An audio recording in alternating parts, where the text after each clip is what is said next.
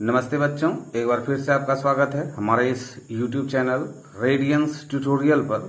और आज हम आप लोगों के बीच लेके आए हैं बिहार बोर्ड के कक्षा 8 का ये हमारी दुनिया बुक का मृदा और भूमि अध्याय का प्रश्न उत्तर है। तो आज हम लोग वैकल्पिक प्रश्नों के जो प्रश्न दिए गए हैं उसका क्या उत्तर है ये हम लोग देखेंगे। लेकिन उत्तर को देखने के साथ साथ थोड़ा सा प्रश्न को समझना और उत्तर को भी समझना जरूरी है। तो इसमें हम इस ऑप्शन वाले प्रश्न को हल करेंगे और फिल इन द ब्लैंक्स को करेंगे और फिर 50 शब्दों में जो प्रश्नों का जवाब देना है उसको बनाएंगे। दीर्घोत्तरीय जो है वो हम दूसरे क्लास में बनाएंगे। तो आपसे हमारा रिक्वेस्ट है कि आप वीडियो को सीक्वेंस वाइज देखेंगे, स्टार्ट से लेके एंड तक देखेंगे तो आप अच्छी तरह से इसके हर एक प्रश्नों के उत्तर को समझ पाएंगे। सिर्फ टिक लगा देने से मतलब नहीं होता है, उसको समझना जरूरी होता है। तो वीडियो क्लास को स्टार्ट करने से पहले आपसे हमारा रिक्वेस्ट है कि अगर आप चैनल पे पहली बार आए होंगे तो इस चैनल को सब्सक्राइब कर लें और सब्सक्राइब के बगल में जो बेल का आइकन है उसको भी जरूर दबाएं और अपने दोस्तों के साथ इसको शेयर जरूर करें। अधिक से अधिक लोग इस वीडियो क्लास को देखें, अधिक से अधिक बच्चे इस वीडियो क्लास से लाभान्वित हों, यही हमारा उद्देश्य है। तो सबसे पहला क्या है, देखिए कि पृथ्वी का कितना प्रतिशत भाग पर स्थल है। स्थल मतलब भूमि। तो ये जो पृथ्वी है इस पृथ्वी पर कुल भूमि कितना है, ये कह रहा है कि पृथ्वी का कितना प्रतिशत भाग स्थल है यानी भूमि है। इसमें 71 है, 41 है, 46 है और 29 है।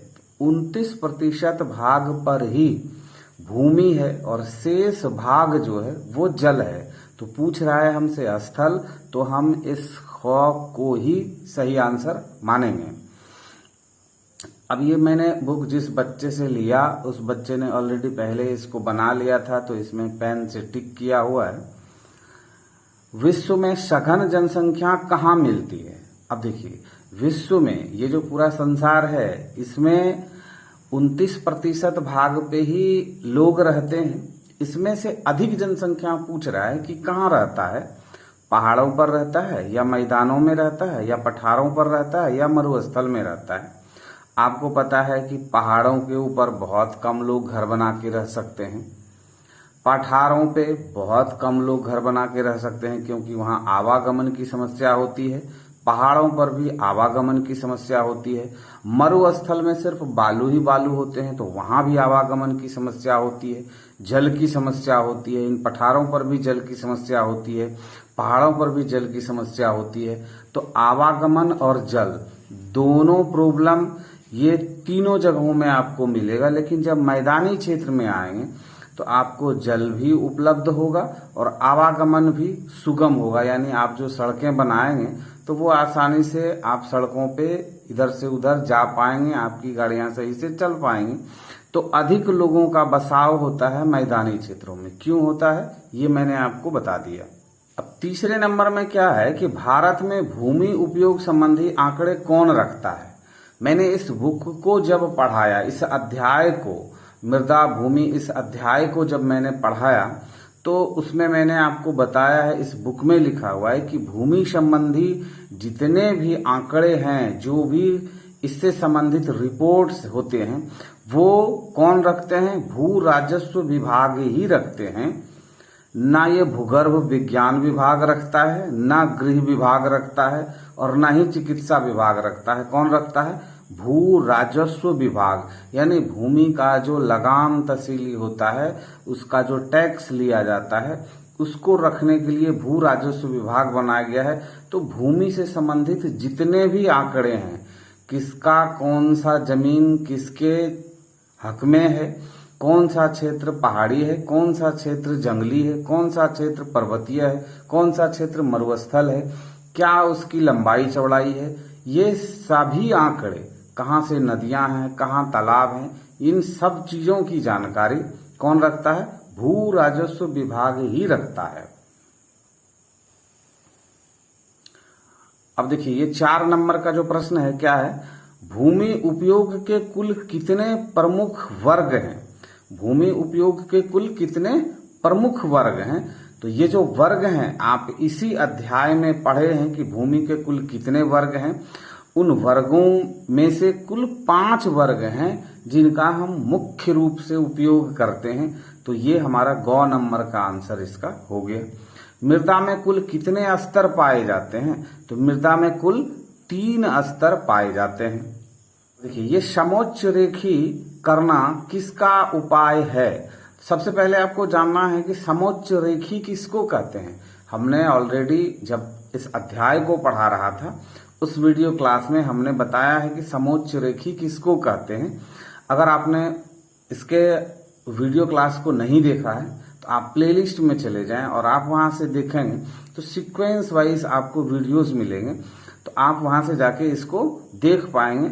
लेकिन आपकी जानकारी के लिए मैं बता दूं कि ये जो समोच्च रेखी है ये पहाड़ों के ढलानों पे छोटी छोटी क्यारियों को बना के और उसमें खेती की जाती है। ये खेती इसलिए की जाती है क्योंकि भूमि का स्खलन ना हो, भूमि पानी के द्वारा बह के नीचे ना आए, इसके लिए ये समोच्च रेखी खेती की जाती है। तो ये होता है मृदा अपरदन को रोकने के लिए। भूमि का जो अपरदन है, मिट्टी का जो कटाव है, उसको रोकने के लिए समोच्च रेखी खेती की जाती है पहाड़ी ढलानों पर। अब देखिए, रासायनिक दृष्टि से जल किसका संयोजक है? रासायनिक दृष्टि से जल किसका संयोजक है? आप केमिस्ट्री में पढ़े होंगे, रसायन शास्त्र में आप पढ़े होंगे कि जल जो बनता है वो किससे बनता है? हाइड्रोजन एवं नाइट्रोजन से, या ऑक्सीजन एवं नाइट्रोजन से, या फिर ऑक्सीजन एवं कार्बन से। आप पढ़े होंगे कि जल बनने के लिए हाइड्रोजन और ऑक्सीजन का होना जरूरी है। हाइड्रोजन और ऑक्सीजन में जब अभिक्रिया कराई जाती है तभी जल बनता है। तो इस 7 नंबर का आंसर क्या हो गया? हाइड्रोजन। ये गौ नंबर वाला हाइड्रोजन एवं ऑक्सीजन। अब देखिए, ये जो 8 नंबर का क्वेश्चन है ये बड़ा ही आनंददायक क्वेश्चन है। इसमें कह रहा है कि इसमें कौन एक महासागर नहीं है। इस चारों में कह रहा है कि कौन एक महासागर नहीं है, और जबकि आप इसी बुक में देखेंगे, मैं आपको दिखाता हूं। देखिए, यहां पे लिखा हुआ है विभिन्न महासागरों में जल की मात्रा। ये महासागर है, ये जो 4 लिखे हैं ये महासागर हैं। प्रशांत महासागर है, अटलांटिक महासागर है, हिंद महासागर है और आर्कटिक महासागर है। ये चारों के चारों महासागर हैं। और आपने जो प्रश्न देखा था उसमें क्या था? इनमें से कौन एक महासागर नहीं है। अब देखिए, इसी बुक में दिखाया गया है कि ये चारों महासागर हैं, और फिर से वहां पे प्रश्न पूछा गया है आपसे कि इन चारों में से कौन महासागर नहीं है।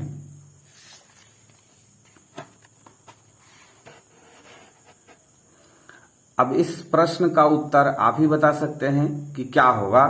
आर्कटिक सागर है, अटलांटिक सागर है, आर्कटिक सागर है, हिंद महासागर है और प्रशांत महासागर है। ये चारों के चारों सागर हैं और इसमें से कहा जा रहा है कि इसमें से एक कौन महासागर नहीं है। तो ये प्रश्न जो है अपने आप में ही ये गलत है। अब देखिए, हम लोग आ गए हैं खाली स्थानों को उपयुक्त शब्दों से पूरा करें। इसको मैंने कॉपी में बनाया है। मृदा में जीवों के सड़े गले अवशेषों को डैश कहा जाता है। क्या कहा जाता है? ह्यूमस कहा जाता है। दक्कन क्षेत्र में काली मृदा पाई जाती है। दक्कन क्षेत्र में डैश मृदा पाई जाती है, तो क्या होता है? काली मृदा पाई जाती है। लेटेराइट मृदा का निर्माण डैश प्रक्रिया से होती है। किससे होती है? निच्छलन की प्रक्रिया से होती है। भूमि एक डैश संसाधन है। भूमि क्या है? एक प्राकृतिक संसाधन है। महासागरों में जल का 97% भाग पाया जाता है। हमारे यहाँ इस पृथ्वी पर जितने भी जल पाए जाते हैं उसमें से महासागरों में जो जल हैं वो 97% जल महासागरों में ही पाए जाते हैं। तो इस तरह से ये खाली स्थानों को भरने वाले जो प्रश्न थे उसका ये आंसर हो गया। अब हम लोग आते हैं निम्नलिखित प्रश्नों के उत्तर दें अधिकतम 50 शब्दों में। क्या है, भूमि उपयोग से आप क्या समझते हैं? कह रहा है कि आप विश्लेषण कीजिए कि भूमि उपयोग से आप क्या समझते हैं। तो भूमि का उपयोग हम लोग किस किस काम में करते हैं इसके बारे में हम इसमें बताएंगे, या फिर भूमि का क्या उपयोग है। भूमि उपयोग का अर्थ है कुल उपलब्ध भूमि का विविध कार्यों में होने वाले उपयोग के आंकड़ों से है। भूमि से संबंधित आंकड़े हमेशा बदलते रहते हैं। मतलब यह कि विभिन्न देशों के मध्य इसका प्रारूप एक जैसा नहीं मिलता है। भूमि उपयोग के वर्ग निम्नलिखित हैं: वन क्षेत्र की भूमि, कृषि कार्य के लिए अनुपलब्ध भूमि, परती भूमि, अन्य कृषि अयोग्य भूमि और शुद्ध बोई गई भूमि। ये परिवर्तन के बारे में जो बताया गया कि संबंधित आंकड़े हमेशा बदलते रहते हैं। इसमें क्या होता है कि बहुत सारे जगहों में वनों की कटाई करके वहां पे खेती करने लगते हैं लोग, तो खेती योग्य भूमि जो है, कृषि योग्य भूमि जो है, उसकी जो संख्या है वो बढ़ जाएगी।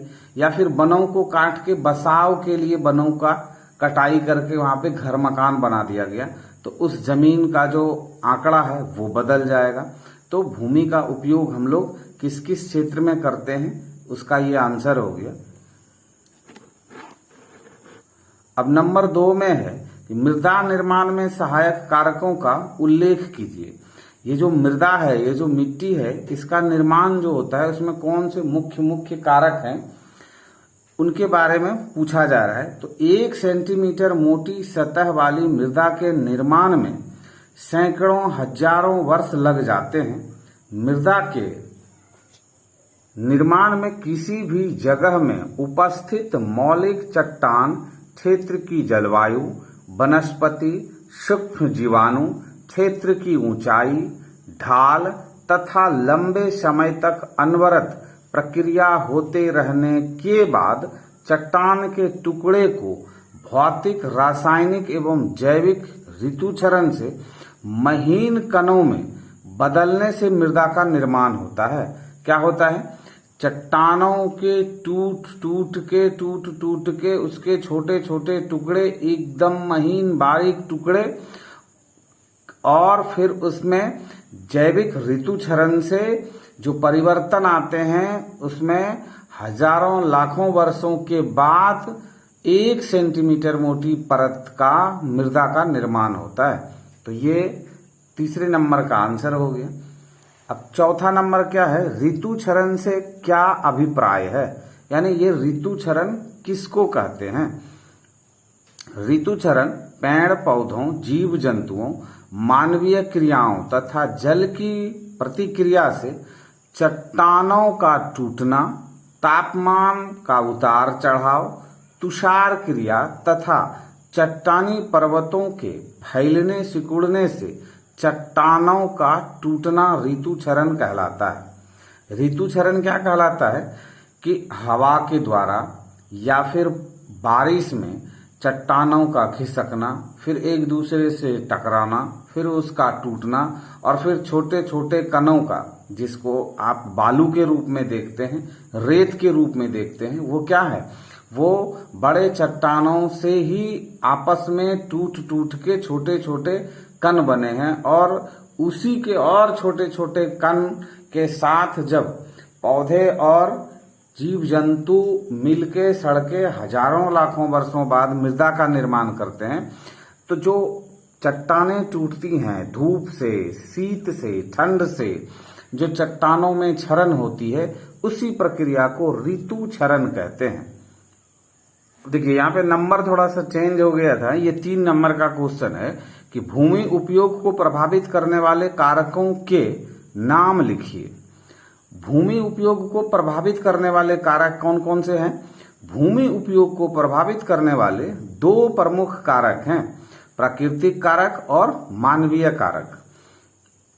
प्राकृतिक कारक स्थल रूप में भिन्नता, मृदा की विशेषता, खनिजों की उपस्थिति, जलवायु एवं जल संबंधी विशेषताएं इत्यादि।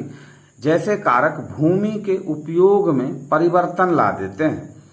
और दूसरा क्या है, मानवीय कारक तकनीकी ज्ञान में वृद्धि, जनसंख्या वृद्धि, श्रमिकों की उपलब्धता तथा मानवीय आवश्यकताओं में अंतर होना भी भूमि उपयोग को प्रभावित करता है।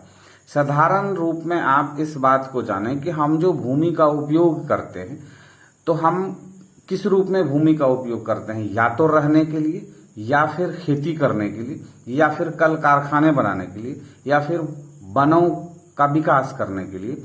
तो प्राकृतिक कारणों से भी भूमि के उपयोग में परिवर्तन होता है। जिस क्षेत्र में जिस तरह की भूमि होती है, अगर पहाड़ी क्षेत्र और मैदानी क्षेत्रों के बीच में तुलना की जाए तो मैदानी क्षेत्रों में बसाव अधिक होती है, खेती अधिक होती है। उसके बजाय पहाड़ी क्षेत्रों में बसाव कम होता है, खेती कम होती है। तो पहाड़ी क्षेत्र खुद प्राकृतिक कारणों से बसाव और खेती के लिए अनुपयुक्त होते हैं, जबकि मैदानी क्षेत्र खेती के लिए और बसाव के लिए प्राकृतिक रूप से उपयुक्त होते हैं। और फिर मनुष्य अपने आवश्यकता के अनुसार जिस तरह की भूमि होती है उस तरह का उनका अपना जीवन शैली होता है, और उस तरह से वो उसको अपने उपयोग में लाते हैं, वो उस तरह के रहन सहन को अपना लेते हैं। तो आज का ये जो वीडियो क्लास है यहीं पे कंप्लीट होता है। हम इसके जस्ट बाद इसका दीर्घ उत्तरीय प्रश्न उत्तर लेके आएंगे। तो आपसे हमारा रिक्वेस्ट है कि आप अगर उसको भी देखना सीखना चाहते हैं तो आप हमारे साथ बने रहें। इसके लिए आप हमारे इस चैनल को सब्सक्राइब कर लें, और वीडियो क्लास आपको अच्छा लगा हो तो लाइक का बटन जरूर दबाएंगे। मिलते हैं हम इसके अगले क्लास में।